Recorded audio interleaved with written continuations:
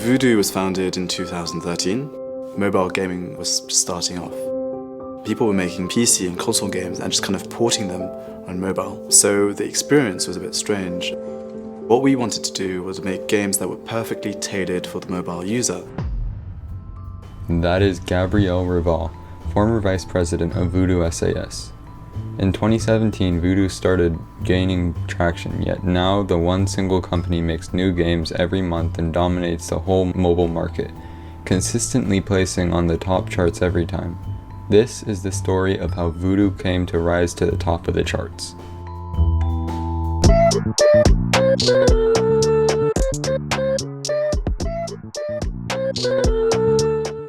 In 2012, friends named Alexander Yazdi and Laurent Ritter made Voodoo a service platform for websites and mobile applications to analyze data.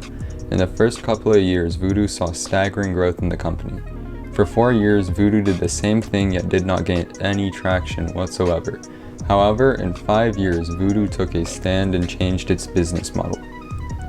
They used to analyze games to make them better, using the data provided, but that poses a question. Why don't they do the same and make the games themselves?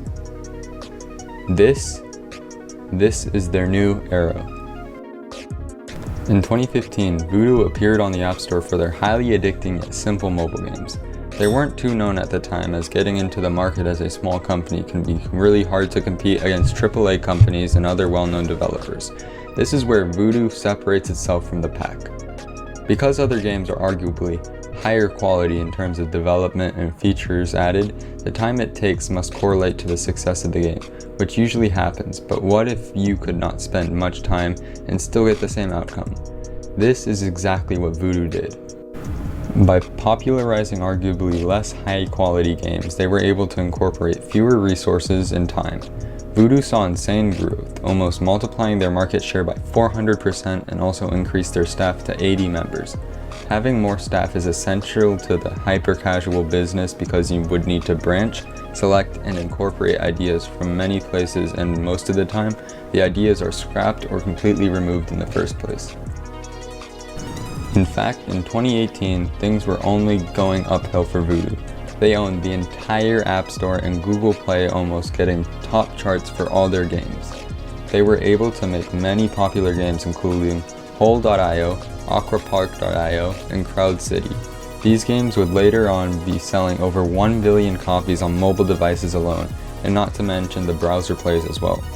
After seeing such tremendous growth, Goldman Sachs, a well-known banking company with decades of investing experience, offered $200 million to invest in Voodoo, which increased hype above all other factors. Things were only growing exponentially from there.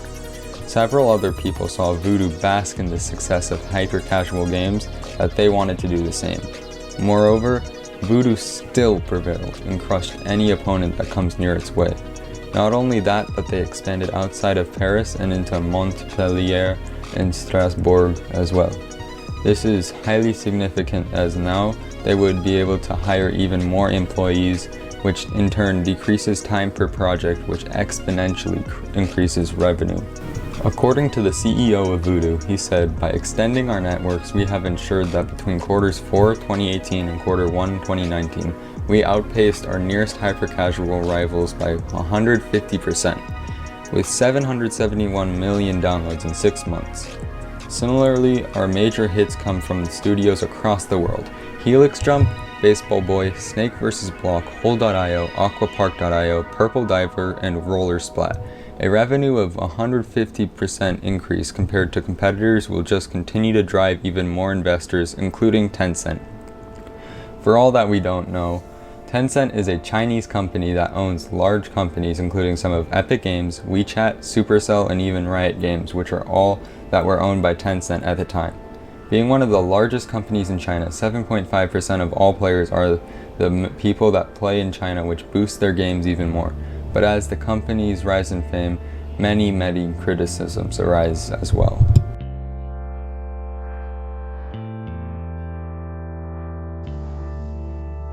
Ever since Voodoo's first game, people were accusing them of copying small indie games for ideas.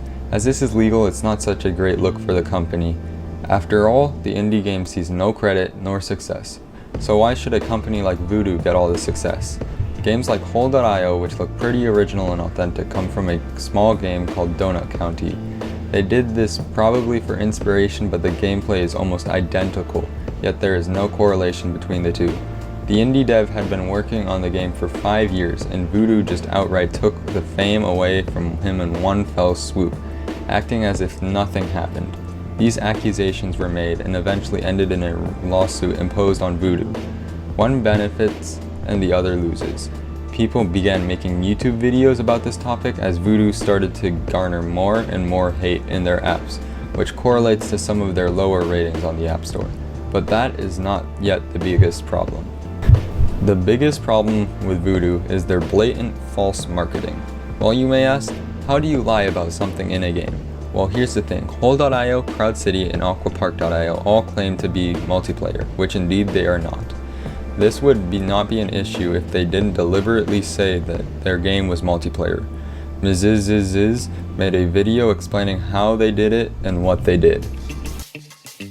Let's go on the Play Store and search IO multiplayer games. A lot of these aren't multiplayer, especially not the promoted ones. You can see a lot of them are actually tagged as single player and offline, but plenty of people don't notice those tags. Here's someone complaining about how they thought this game was multiplayer, but then their internet went out and they found out it was single player. There are rules against false advertising on the app stores. They require correct categorization of the games on them, and it's kind of funny to see how these publishers try to make their games sound multiplayer without actually saying they are. As you can see, it's pretty blatant and easy to spot these issues. But why would Voodoo do such a thing? It's quite simple. Multiplayer sucks. Multiplayer needs to connect a client to a host, which needs a server, and sometimes those don't match, which causes even more issues. The main issue with multiplayer is that you need actual people to play. If you were a small developer making a game that you outsource to 10 people, likely new players would not come to play. However, if you made a fake multiplayer claiming that people play on it, it allows for a much more welcoming resonance communicating to the player of the game. Now this made the company extremely suspicious, and many people started to think about what else was wrong with the app. Well, ads. Ads are a big part of the hyper-casual market. No one wants to buy a game that they play for a week and then delete. They want to make something that is fun at the moment, and that requires ads. Ads, when used correctly, can make a game feel rewarding and can cause tension. But with how Voodoo spams ads into a player's face, it can be frustrating to play as lower-end devices may not be able to handle the sheer amount of ads. Not only that, but hyper-casual games are notoriously bad at making ads, or should we think? You see, these ads are uniquely different than, say, a Raid Shadow Legends ad that delivers on the premise of the game. Instead, these companies exploit the dumb humor in dumb ads, which makes the game a bit more interesting. Not to mention, this genre is only 3 years old. The fact that they renovated the entire mobile scene also correlates to how the ads were created. Fortunately, Voodoo has reconciled differences and everyone wins here: the players, the company, and the App Store itself. In the future, Voodoo is expected to take over the entire industry of hyper-casual gaming, garnering up to 75% of the whole market share. In the end, Voodoo is an example of how changing a business model can affect the entire outcome of the company. If you enjoyed, smash like, subscribe, and if you didn't enjoy, please tell us why and then dislike. Thank you for watching, and have a good rest of your day.